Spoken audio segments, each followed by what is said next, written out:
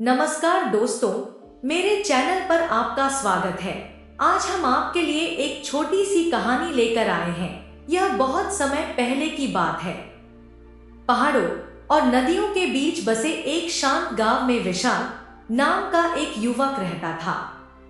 विशाल बहुत बुद्धिमान, मेहनती और साफ दिल का लड़का था, लेकिन उसमें एक बड़ी कमजोरी थी। वह यह कि वह हर छोटी छोटी बात पर तुरंत प्रतिक्रिया देता था।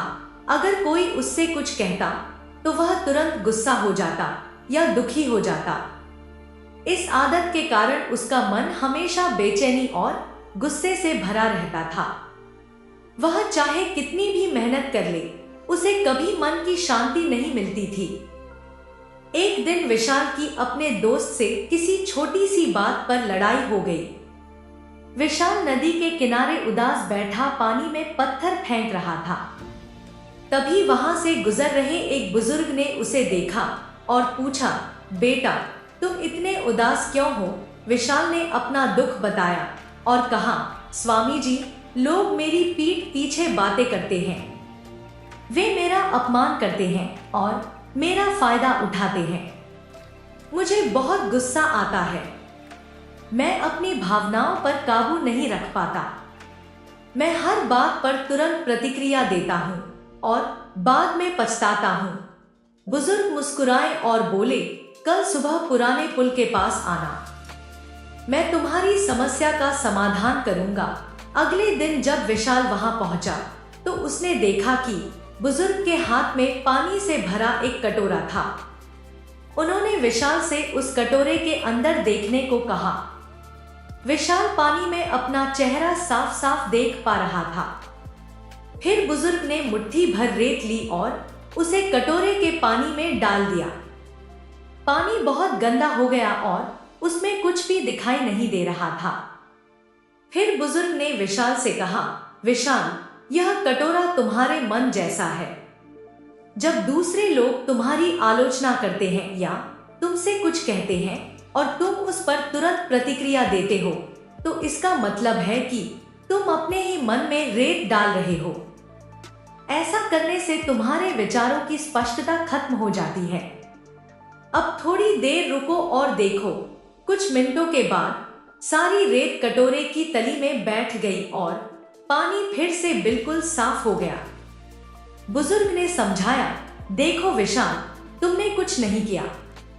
तुमने बस इंतजार किया और पानी अपने आप साफ हो गया। जब कोई तुम्हारी बुराई करता है तो वह बस उनकी नेगेटिव एनर्जी होती है। उसे अपनाना है या नहीं, यह पूरी तरह तुम्हारे हाथ में है। अगर तुम बिना कोई रिएक्शन दिए बस एक पल के लिए रुककर सोचो तो तुमने आधी लड़ाई जीत ली। उन्होंने बहती हुई नदी की ओर इशारा करते हुए आगे कहा, इस नदी को देखो। लोग चाहे कितने भी पत्थर क्यों न फेंके, यह कभी बहना नहीं छोड़ती। यह पलटकर जवाब नहीं देती। यह बस अपने रास्ते चलती रहती है। तुम भी बिल्कुल इस नदी की तरह बन जाओ। उस दिन विशाल घर वापस गया और उन बातों के बारे में गहराई से सोचा। कुछ समय बाद एक आदमी विशाल पर जोर से चिल्लाया। विशाल हमेशा की तरह तुरंत जवाब देना चाहता था, लेकिन तभी उसे पानी के कटोरे वाली बुजुर्ग की बात याद आ गई। उसने गहरी सांस ली और बिना कुछ कहे शांति से चला गया।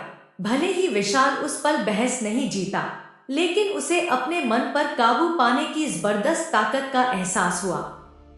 विशाल समझ गया कि शांति बाहरी दुनिया को बदलने से नहीं, बल्कि अपने मन को काबू करने से मिलती है। दोस्तों, हर बात पर तुरंत रिएक्शन देने से हमारी मानसिक शांति छिन जाती है। कभी कभी जिंदगी में चुप रहना और अपने मन को शांत रखना ही सबसे बड़ा जवाब और हमारी सबसे बड़ी जीत होती है।